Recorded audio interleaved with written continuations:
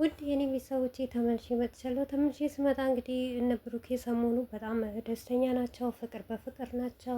አይደለም ብሩኬና ሀይሚ፣ እኛ ራሱ በጣም ደስተኞች ነን። በቪዲዮቸው በጣም እየተዝናናን እየሳቅን ነው ያለ ነው ማለት ነው።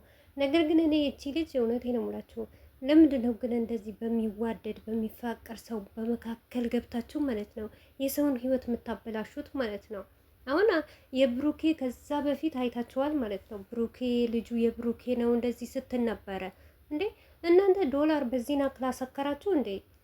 አንቺ እኮ ብሩኬና ሀይሚን ማመስገን እኮ ነው ያለብሽ ማለት ነው። የዛኔ ብሩኬ እንደዛ እየተሰደበ ሀይሚ እንደዛ እየተዘቀዘቀች ለአንቺ ዩቱብ ከፍተው ሰጡሽ፣ አሳደጉሽ እና አሁን የራስሽን ህይወት ለምንድን ነው የማትኖሪኝ? በቃ ልጅቷ ካደገች በኋላ አሳድጊ። ከዛም በኋላ ደግሞ ብሩኬ ካመነም አመነ ካላመነም ደግሞ አላመነም ነው።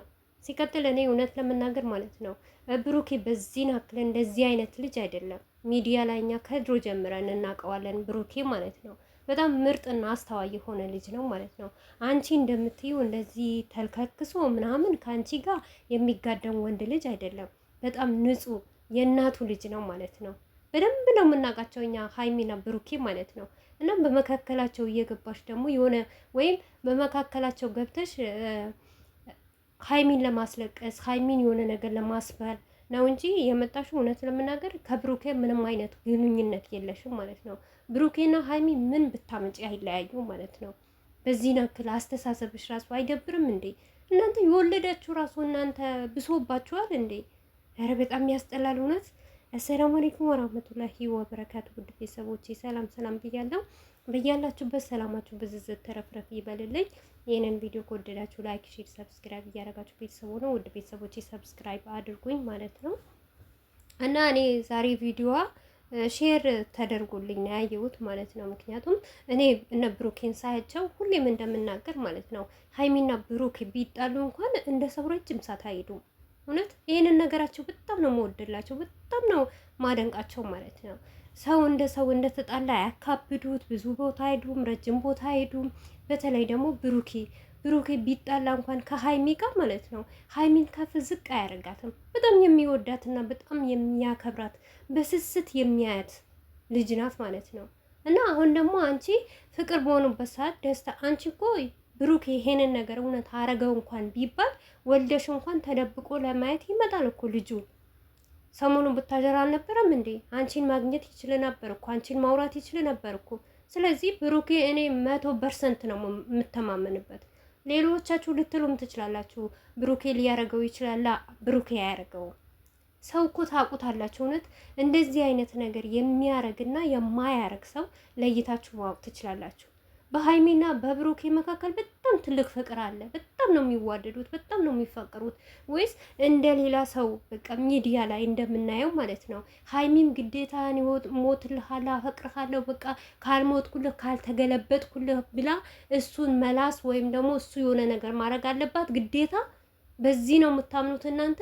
ብሩኬም ደግሞ እንደዛው ለሀይሚ ወድሻለሁ፣ አፈቅርሻለሁ፣ እንደዚህ ሆንልሻለሁ፣ ያለንቺ መኖር አልችልም ብሎ ግዴታ ውስጡ ያለበት ስሜት መናገር አይጠበቅበትም።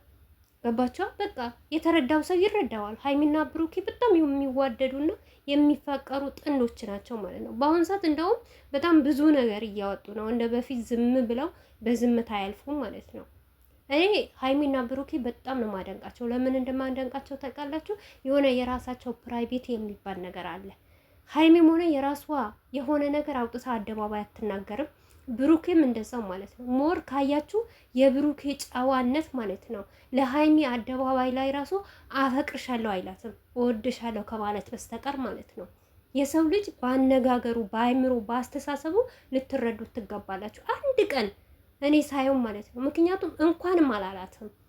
እኔ በጣም ነው ደስ የሚለኝ በዚህ ነገር፣ በጣም ነው ማደንቀው። ብዙ ሰው ሀይሚን አፈቅርሻለሁ አይላትም ትላላችሁ። እንኳንም አላላትም። የሰው ማፍ መጥፎ ነው እውነት። በሰው አይን ራሱ መግባት በጣም እኔ እንጃ ምን ብዬ እንደምገልጸው አላውቅም። እና ሀይሚና ብሩኬ መጨረሻቸው ያማረ ነው የሚሆነው ማለት ነው። ስለዚህ የራስሽን ህይወት ኑሪ፣ ልጅሽን አሳድጊ በሰላም። ከየትም ያመጣሻት ልጅ።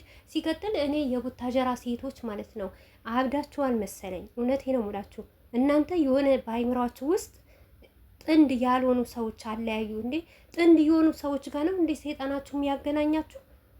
ጥንድ ከሆነ በተለይማ ትንሽ ፌመስ ከሆናችሁ የሰው ፍቅር ካላችሁ በጣም በሰው መውደድ በሰው ፍቅር የምትቀኑ ነው የሚመስለኝ ማለት ነው። አሁን ሀይሚና ብሩኬ ሚዲያ ላይ በጣም የሚወደዱ በጣም የሚደነቁ ልጆች ናቸው ማለት ነው። እኔ እውነት ለመናገር ዩቱብ ሀይሚና ብሩኬ ቢሰሩበት ብቻ ደስ ይለኛል። ምክንያቱም የሚያቀርቡት ነገርም ሳይሆን በቃ የሰው ልጅ ይጣላል፣ ግን እንደተጣላ እንዳልቀረ ትምህርት ይሰጣሉ። ወዲያው ነው የሚታረቁት ማለት ነው። የራስሽን ህይወት ነው